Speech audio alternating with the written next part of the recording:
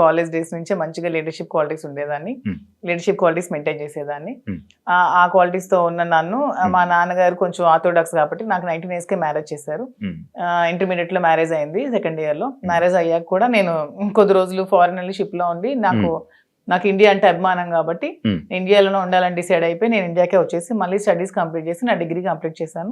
Complete చేసి అప్పటికే మా ఇద్దరికి కంపాటబిలిటీ సరిగ్గా లేనందువల్ల నేను ఇంకా నాకంటూ ఒక ఇండిపెండెంట్ గా బతకాలని నిర్ణయించుకొని పెట్రోల్ బంక్స్ అవి స్టార్ట్ చేశాను. రియల్ ఎస్టేట్ చేశాను, కన్స్ట్రక్షన్ చేశాను. సో ఆ ఫీల్డ్ లో ఉండేదాన్ని. ఇంకా కొంచెం మైండ్ డీవియేషన్ కి డాన్స్ క్లాసెస్ ఫ్రీగా చెప్పాను. ఫ్రీగా చాలా మందికి, వేల మంది పిల్లలకి, విద్యార్థులకి ఫ్రీగా డాన్స్ నేర్పించాను. భరతనాట్యం, లేడీస్ కి కోలాటం డాన్స్ అవి నేర్పించాను. చాలా సోషల్ యాక్టివిటీస్ చేశాను.